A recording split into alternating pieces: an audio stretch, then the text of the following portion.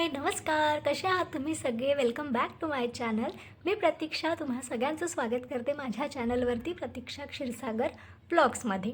तर आज आणखी एका नवीन ब्लॉगसोबत मी आलेली आहे. तर व्हिडिओ जो आहे तो शेवटपर्यंत नक्की बघा बरं का. तुम्हाला पण माझ्यासारखा सकाळी उठायचा खूप कंटाळा येतो का? मी तर त्यातली आहे. बाकी मला सकाळी उठायला खूप कंटाळा येतो. हां, पण एकदा उठल्यावर जे आहे ते छान वाटतं की मग असं वाटतं की नाही, बरं झालं बा आपण उठून गेलो, उगाचच उशीर झाला असता. तशी माझी मॉर्निंग एकदम सकाळी होत नाही. मी 8-8:30ला वगैरे उठते. त्यानंतर माझं असतं की आधी उठल्यानंतर घरातले जेवढे पण पडदे दरवाजे जेवढे पण बंद असतात ना, ते मी आधी पूर्ण उघडून घेते छान. त्यामुळे सूर्यप्रकाश असतो तो छान आपल्या घरामध्ये प्रकाश वगैरे आलं ना तर थोडंसं छान वाटतं, असं पॉझिटिव्ह वाटतं. त्यानंतर जे आता बघा, सकाळी आपण उठल्या उठल्या काय करता, म्हणजे माझ्यासारख्या सगळ्याच बायका असतील त्यांना कामाची खूप घाई असते. कुणाचं आता ऑफिस असतं, कुणाचं टिफिन बनवायचं असते. प्रत्येकाची आपली आपली कामे असतात आणि प्रत्येकाची आपापली आवड पण असते. आता कुणाला उठल्याबरोबर काही वेगळं करायला आवडतं, कुणाला काही करायला आवडतं. आपल्याला जे आवडतं ना त्या कामापासनं आपल्या दिवसाची सुरुवात करायची. कुणाला घर आवरणं आवडतं, उठल्याबरोबर सगळं जागच्या जागी वस्तू आहेत की नाही हे चेक करायला आवडतं. नसतील तर ते ठेवून देतात. त्याच्यानंतर त्यांच्या मनाला जे आहे ते थोडंसं असं छान वाटतं. त्यानंतर ते आपलं रुटीन सुरू करतात. तर कोणाकोणाचं असं असतं की कोणाला स्वयंपाकामध्ये जास्त आवड असते, तर कोणी जे आहे उठल्याबरोबर डायरेक्ट किचनमध्ये जातात की नाही आज हे बनवायचं आहे, असं बनवायचे, अशी सगळी जी आहे तयारी वगैरे करून सुरू करून देतात. तर प्रत्येकाची आपापली आवड आहे आणि प्रत्येकाची आपापली प्रायोरिटी आहे. कुठल्या कामाला कशी प्रायोरिटी द्यायची ते प्रत्येकजण आपापलं मॅनेज करतं. आता मला जे आहे सकाळी उठल्यावर घर आवरायला आवडतं, कारण घर स्वच्छ नसेल ना तर माझं कुठेच मन लागत नाही. म्हणजे माझं लक्ष तिथेच असते की ही गोष्ट इथे आहे तिथे आहे. आणि लहान मुलगा असल्याकारणाने जे आहे घर सतत अस्तव्यस्त होतच असतं, मान्य आहे. तर मी सकाळी जे आहे आधी उठल्यावर जे आहे थोडंसं उघडवाघड करते घर. त्यानंतर आधी जे आहे झाडू मारते. म्हणजे मी रात्री झाडू मारूनच झोपते, पण काय माहिती कसा कचरा होतो मलाही कळत नाही. कचरा होतोच, कारण मी झाडू मारल्यावर सुद्धा जो आहे युगीत खेळतो, त्यामुळे तो आपला काही ना काही करूनच ठेवतो. कागदं फाडून ठेवेल तर कधी काही, तर असं तो करतो. तर असं मी खूप माझ्या डोक्याला काही ताण देत नाही. आणि मला समोर जेवढं वस्तू दिसतात त्याचे खेळणे असतात ते मी सगळे एका साईडला करून ठेवते. जागच्या जागी सगळं ठेवते. त्याच्या प्रत्येक ठिकाणी पडलेल्या असतात त्या मी उचलून ठेवते. तर हे मला आवडतं उठल्याबरोबर करायला. हे झाल्याशिवाय ना मी काहीच करत नाही, म्हणजे माझं मनच कुठे लागत नाही. तर इथे जे आहे मी झाडू वगैरे मारून घेतला. त्यानंतर सोफ्यातला कवर वगैरे टाकून घेते आहे. कारण माझा युगीत आहे तो सतत काही ना काही खराबच करून ठेवतो. काहीतरी सांडवून ठेवेल किंवा काही, त्यामुळे चांगले कवर टाकायला पण थोडी भीतीच वाटते घरामध्ये. म्हणून मी असे माझ्याकडे 2-3 सेट आहे. तर ते मी अल्टरनेट टाकत जाते. एक चांगला सेट आहे तो फक्त मी कोणी आलं गेलं की टाकते. बाकी 2 अल्टरनेट आहेत माझ्याकडे. ते मी अल्टरनेट जे आहे ते टाकत असते. म्हणजे एक धुवायला टाकलं की दुसरं टाकते आणि दुसरं धुवायला टाकलं की दुसरं टाकते. तर असं मी करते. तुम्हाला पण सांगते की जर तुम्हाला पण सकाळी उठून जे आहे कंटाळा येत असेल तर सगळ्यात आधी ना आपल्याला जे काम आवडतं, आपल्याला ज्या कामामध्ये प्रसन्न वाटतं, आनंद येतो, ते काम आधी हाती घ्यायचं. मग कोणी काहीही म्हणो, प्रत्येकाची आपापली आवड असते. आपल्या आवडीनुसार जे आहे ते आधी एखादं काम करायचं. मग ते काम आपलं व्यवस्थित झालं नाही की ऑटोमॅटिक जे आहे आपल्याला छान असं मोटिवेशन मिळतं दिवसाचं की नाही आता माझं घर आणि सोफा छान आता सेट झालेला आहे. तर मला असं त्याच्याकडे पाहूनच ना खूप असं छान वाटत होतं की वाव, आज मी छान, म्हणजे हे सेट दिसत आहे एकदम छान. भलेही ते माझा मुलगा 15 मिनटानंतर ते पूर्ण अस्तव्यस्त करणार आहे हे मला माहिती आहे, पण त्यावेळेपुरतं जे आहे ना मला असं खूप जास्त छान सॅटिस्फॅक्शन मिळतं हे काम केल्यावर. त्यामुळे ते कसंही असू देत, मी सकाळी उठल्यावर सोफा माझा घेते, त्याला छान पूर्ण क्लीन करते.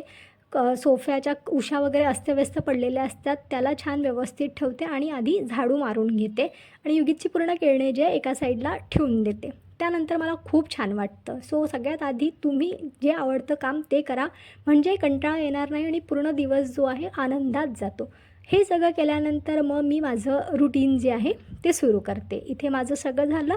त्यानंतर सकाळी जे आपलं दूध वगैरे असते ते मी घेऊन घेतलं. त्यानंतर लगेच आज मला वेळ होता तर मी आंघोळ करून घेतली आधी. आणि अंघोळ केल्यावर पण स्वतःला थोडा वेळ द्यायचा हां, बरं का. म्हणजे मी माझ्यावरूनच सांगते, मी अशी आधी करायची की कामामध्ये खूप बिझी असल्याकारणाने इकडे बघ, तिकडे बघ राहायचं ना सतत. तर अंघोळ केल्यानंतर जे आहे कधीच मी काही लावत नव्हती आणि लगेच पळत होती की किचनमध्ये हे करायचं आहे लवकर लवकर. पण आता मी नाही करत तसं. आता मी थोडा स्वतःला वेळ देते. ॲटलीस्ट 5-10 मिनटं तरी मी देते.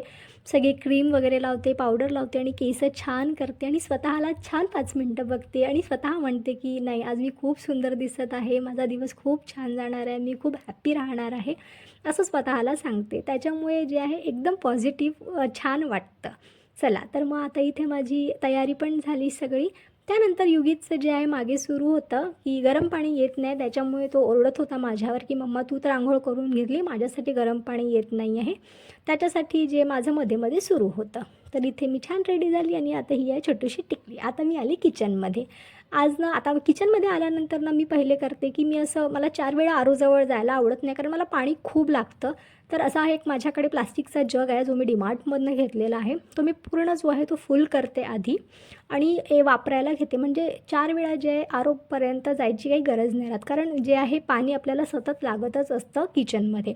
सगळ्यात आधी तर इथे मी चिया सीड्स घेतलेले आहे, त्या भिजत घालती आहे. मी तर घेत नाही पण हे घेतात. तर आता हे थोडं लेट उठतात त्याच्यामुळे मी रात्री घालत नाही ह्या, कारण त्या मग खूप जास्त भिजतात. म्हणून सकाळी उठल्यावर मी घालते, म्हणजे ते 5-6 तासात ज्या त्या छान भिजून जातात. तर इथे मी चिया सीड्स टाकून ठेवून दिलं आहे एका साईडला. आता सोबतच आमचं सकाळचं सगळं झालं होतं युगीचं आणि माझं. त्यानंतर आज मला बनवायचा होता एकदम हेल्दी नाश्ता, म्हणजे इडली. आणि आमची फेवरेट आहे इडली, ते बनवायचं होतं. त्यासाठी इथे इडलीचं बॅटर जे आहे मी रात्रीच करून ठेवलं होतं आणि इतकं सुंदर बॅटर फुगलं होतं ना की तुम्हाला काय सांगू. आणि इडल्या पण खूप छान होतात त्याच्या. सोबतच जे आंघोळीच्या आधीच मी कुकर मांडून दिला होता सांबारासाठी. त्यामध्ये डाळ आणि वेजीस टाकून जे आहे ते मांडूनच गेली होती मी. आल्यानंतर त्याला बंद करून दिला, कारण मला माहिती होतं की युगीतला भूक लागेल तर होईल, म्हणजे तो घाई करेल म्हणून. मग लगेच जे आहे आधी इडलीचा कुकर मांडायला घेतला मी, कारण युगीत माझ्या मागे ओरडतच होता, आज मला इडली खायची आहे, इडली खायची आहे. मुलांचं पण ना काही सांगता येत नाही.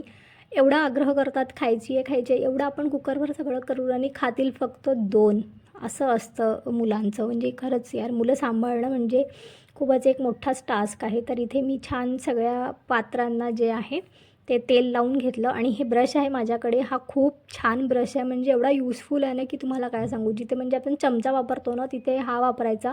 म्हणजे आपण चमच्यामध्ये तसं जास्त ऑइल येते, पण हा आपण ब्रशनी जर केलं ना तर खूप कमी तेल लागतं आणि छान असं व्यवस्थित सगळीकडे स्प्रेड होतं. पराठ्यांना लावा तुम्ही, डोस्याला लावा, खूपच मस्त आहेत हे ब्रश, जे की मी डीमार्टमधून आणलेले आहे. डीमार्टमध्ये तो कॉम्बोच मिळतो. हा ब्रश असतो आणि एक स्पॅच्युला असतो. दोन्ही पण खूप यूजफुल आहेत आणि छान आहेत क्वालिटी पण. तर इथे मी आधी भांड्यांना लावून दिलं, पण माझं इडली पात्रातलं जे पाणी होतं ते गरमच नव्हतं झालं, थंड होतं. त्यामुळे मी म्हटलं आधी ते गरम होऊ देत, मग मला लावायचं होतं. तर मग आता एक चटणी पण बनवायची होती, तर चटणीची तयारी करायला घेतली. तर त्याच्यासाठी पॅन घेतला आधी, त्याच्यामध्ये तेल टाकून घेतलं शेंगदाण्याची, कारण माझ्याकडे नारळ अवेलेबल नव्हतं. एकदम थोडासाच तुकडा माझ्याकडे होता ओल्या नारळाचा. मी म्हटलं आता तोच वापरूया. मग त्याच्यासाठी तेवढीशा ह्याच्यात होणार नाही, म्हणून मग मी शेंगदाणे घेतले, थोडेसे शेंगदाणे आणि डाळ पण टाकणार होती त्याच्यामध्ये.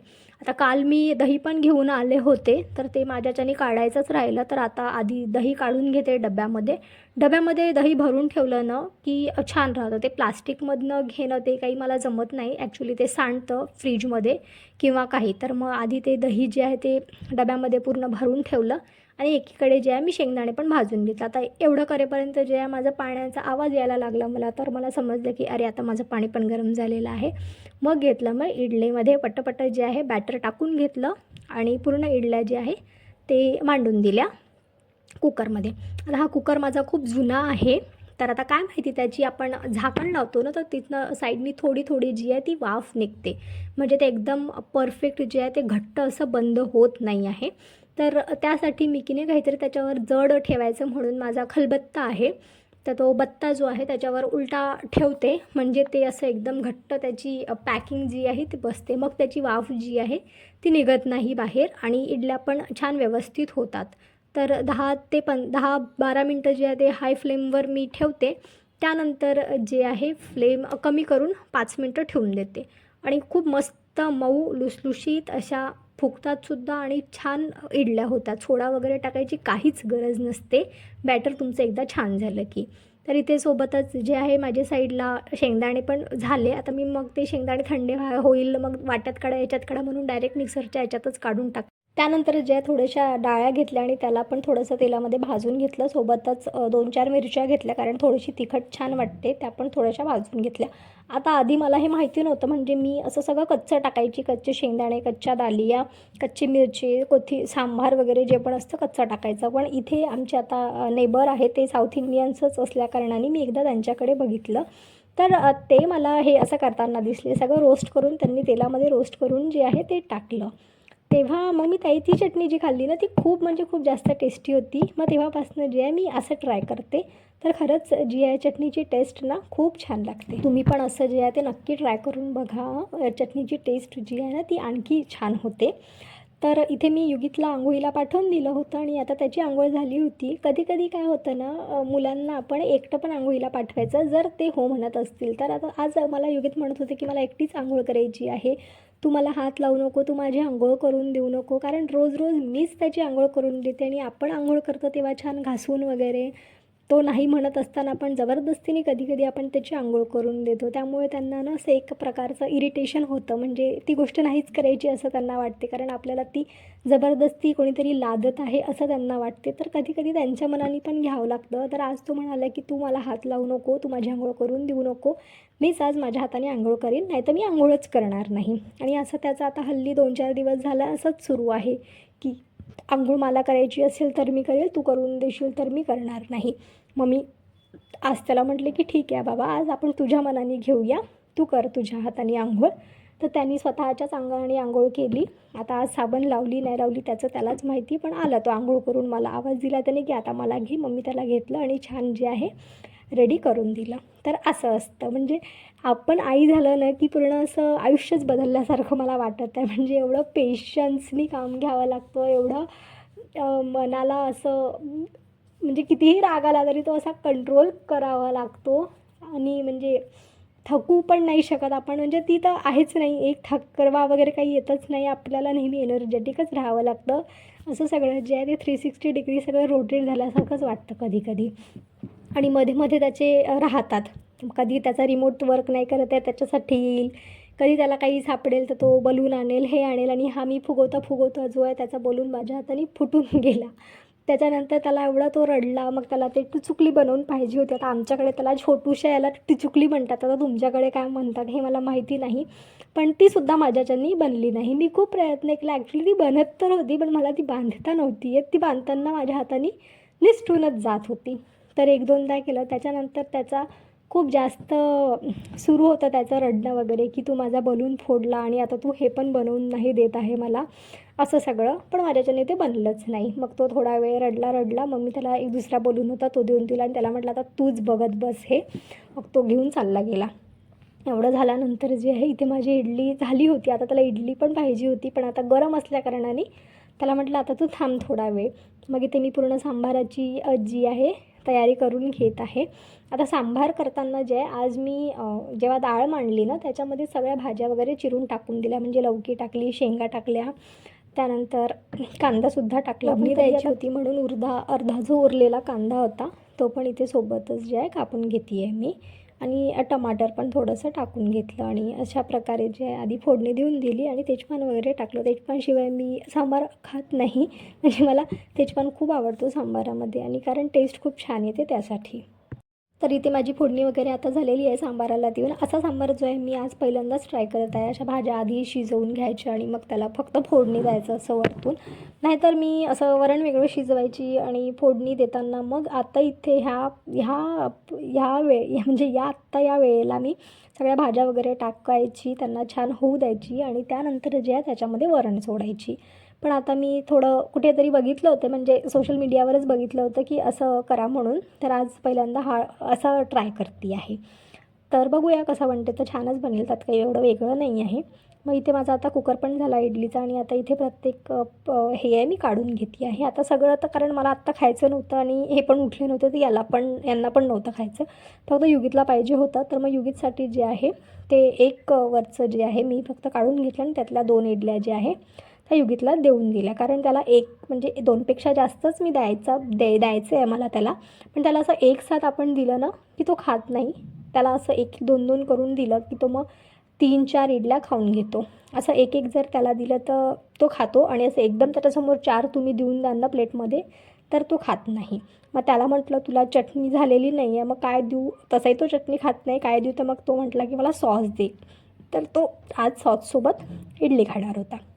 आणि इथे मी सांबार जो आहे तो टाकून दिला फोडणीमध्ये आणि छान झाला होता आता सांबार. आणि त्यानंतर तुम्हाला जेवढं, मला तर असं पातळ वरण आवडतं, एकदम घट्ट नाही आवडत, तर मला जेवढं पाणी लागलं तेवढं पाणी वगैरे जे आहे मी टाकून दिलं सांबारामध्ये. चला तर मग आता चटणी पण करायला घेऊया. मग त्याच्यासाठी मिक्सरला भांडं लावलं आणि मस्त असं छान जे आहे गर फिरवून घेतलं आणि अशी चटणी जी आहे रेडी करून टाकली. पाणी हळूहळू टाकलं आणि छान पूर्ण फिरवून दिली आणि अशी छान काढून घेतली. आणि चटणी पण खूप सुंदर झाली होती. दही थोडं गोड होतं त्यामुळे असा आंबटपणा त्याच्यामध्ये तेवढा जाणवत नव्हता, पण तरी छान लागत होती टेस्टला. आता इथे चटणी काही मी खूप असं पाणी वगैरे घालून त्याला फिरवून नाही घेतलं, तर ती थोडीशी घट्ट होती. तर ते पॉटला ना आतमध्ये खूप असं चिकटलेलं होतं मटेरियल, तर ते आता काढायसाठी मी त्याच्यामध्ये थोडंसं पाणी घातलं आणि अगदी थोडंसं म्हणजे सेकंद साठी जे आहे मिक्सरला फिरवून घेतलं. तर बघा इथलं पूर्ण जे पण सगळं लागलेलं होतं ना ते ऑटोमॅटिक सगळं निघून गेलं. तर असं इझी जातं चमच्यानी काढत बसण्यापेक्षा. आणि इथे तुम्हाला दाखवते टेक्स्चर माझ्या इडलीचा. खूप सुंदर इडल्या झाल्या होत्या. त्यानंतर युगीतला दिलं. आता युगीतला मी देऊन तर दिलं, पण मी जाईपर्यंत जे आहे त्याची अर्धी इडली फक्त संपली होती. बाकीची इडली त्याने तशीच ठेवली होती. मग शेवटी मीच त्याला चारायला घेतली. आणि आत्ताच मी हे सगळं आवरलं होतं, पण आता लगेच तो आला आणि सगळं पूर्ण जे आहे अस्तव्यस्त करून ठेवलं आणि पूर्ण पसारा करून ठेवला. तर इथे आधी मी थोडा त्याचा सगळा पसारा आवरून टाकला आणि त्याला थोडंसं रागवलं. त्यानंतर त्याला आता खाऊ घालायला घेतलं, कारण मी चारल्याशिवाय जो आहे तो काही खाणार नाही.